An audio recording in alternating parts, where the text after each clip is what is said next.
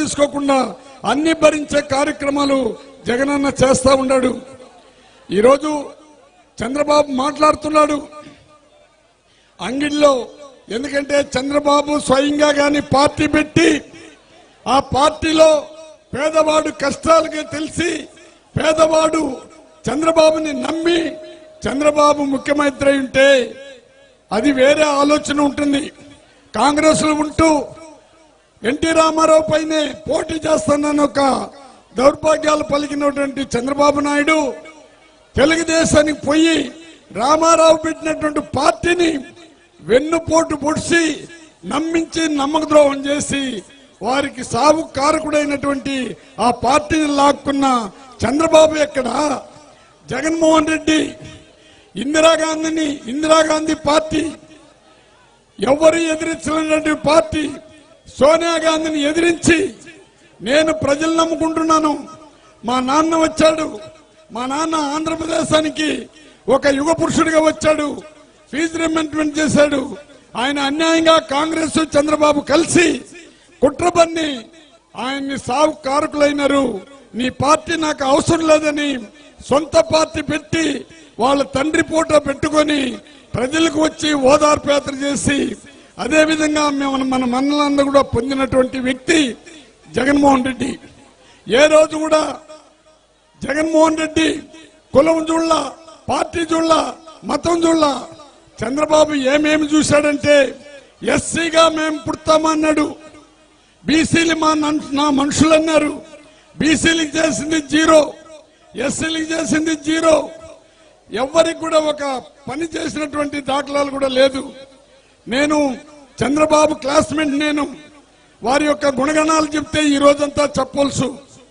ఎవ్వరు కూడా పేదవాడంటే గిట్టనవాడు, బీసీలు ఓట్లు లాక్కున్నాడు గాని బీసీలకి ఎక్కడగానే రాజ్యసభలో కూడా ఒక సీట్ ఇవ్వలా.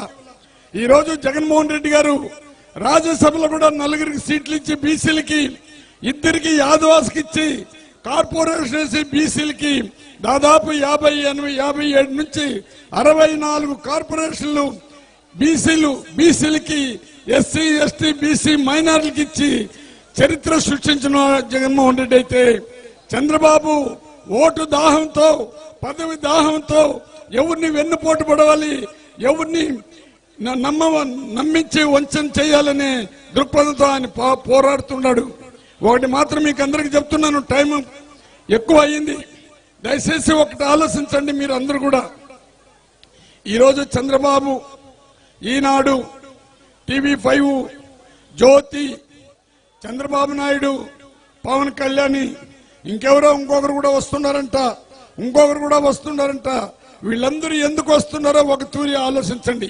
ఈ నవరత్నాలు అనేది ప్రతి పేదవాడి ఇంటికి ఒక ఫలితం ఇస్తా ఉంది. పేదవాళ్ళందరూ చదువుకుంటున్నారు, పేదవాళ్ళందరూ రాజకీయంగా సమానత్వం తీసుకొని వస్తున్నారు, పేదవాళ్ళు ఆర్థికంగా బాగుపడుతున్నారు. కడుపు మంట అయింది. పేదవాడి బిడ్డ స్కూలుకు పోతుంటే ఇంగ్లీష్ మీడియం చదువుతానున్నారు.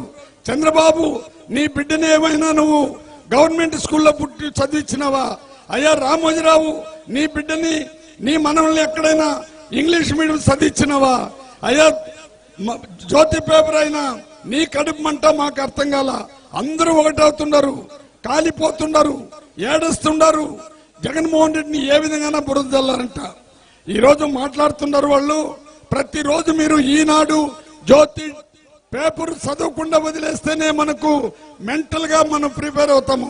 అది చదివినామంటే ప్రజల్ని ఎట్ట వంశించాలి, ప్రజలకు ఎన్ని అబద్ధాలు చెప్పాలి, ఏ విధంగా జగనన్న పైన బురద చల్లాలనే మనస్తత్వంతో వాళ్ళు పోరాడుతుంటే జగనన్న యొక్క ఆలోచన, నా పేద ప్రజలు ఎప్పుడు ముందుకు రావాలి, పేదరికం పోయేంత వరకు నే పోరాటం చేస్తాను.